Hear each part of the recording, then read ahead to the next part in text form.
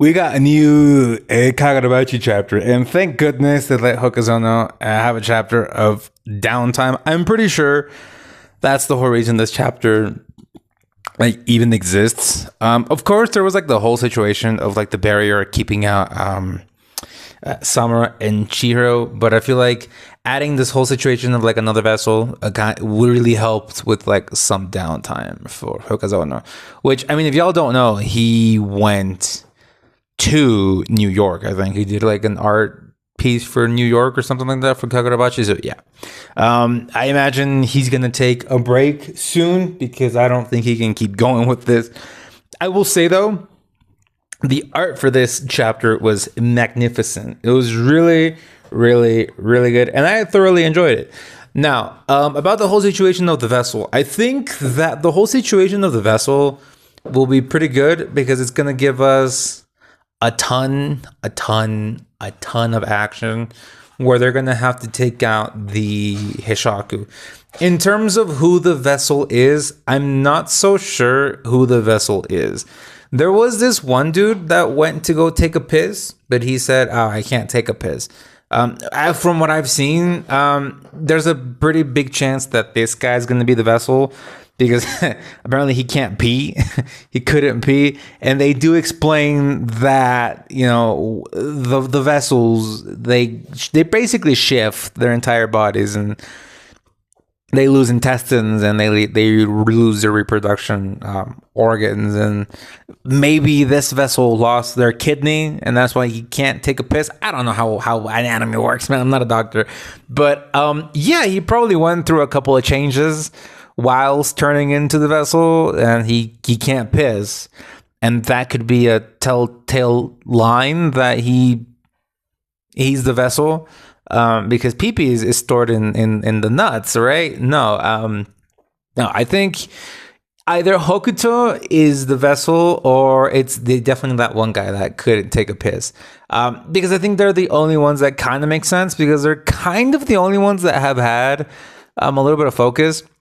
There's this other guy that sewed Hokuto's Iruhiko's arm back on, but I don't think it's gonna be them. I think it's gonna be either Hokuto or it's gonna be that one dude that couldn't piss, the one that was like Yura will be king, and I was like, okay, dude, like chill out. So yeah, I think it's gonna be one of them too. I think if the vessel is Hokuto, it would be really badass because they would have to fight against Yura and Hokuto at the same time. And I don't know how they're going to do that because they are tough. Both of them are tough. I feel like the other ones, they can take care of them 1v1 pretty well because from what I understand, they don't look like they're that tough. But if it were Hokuto, yeah, it's going to be 3 against 2. But Hokuto is basically worth 2 of them. And Yura right now is worth 3 of them. So they're going to need all the help they can get. So yeah, I think the whole situation with the vessel and the barrier is really interesting, and I really like the explanation for spirit energy. I like that they say that spirit energy is like natural energy that just flows out into nature, that just flows out, and it's not until it's channeled by a human to enter their body and then released from the body that it turns into magic. So it's basically how the barrier works. It's like they get the energy from the earth, and then the guy that's in there just kind of, you know, uses that energy to make the magic of the portal, which, I mean, honestly, it's an endless supply, a never-ending supply of energy. And it really puts into perspective how much energy that is and how little the body can handle those massive amounts of energy that they're just in service for 10 years. And then it's like, bye-bye. Like you have tenure.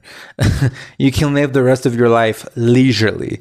I don't know how much more they can live after having very minimal organs. But yeah, I would really like a backstory for this to kind of know how are they selected, who was a candidate, what are they offered besides the leisurely life. It would be interesting to have that. I don't know. This manga gives me huge John Wick kind of like vibes with all of like the lore. So I would really enjoy it if they touch upon the lore a little bit more. But I don't know if that's gonna happen, dude, because it's a shonen manga, and sometimes they focus more on action than lore. But yeah, and I really like the whole fight with Yura, right, and Azami. Azami is cooked. Like he got cooked really, really fast. He still has his hands. I really hope that Hokazono sticks with this art style for Azami because I feel like it looks really good on him. I feel like having this messy kind of art style for Azami works and it looks really well. And I'm pretty sure that's what's going to happen. Again, it was a little bit of a slower chapter. Like it didn't require a lot of action. It didn't require like massive amounts of flowers and centipedes and like destruction for the enchanted blade for Yura.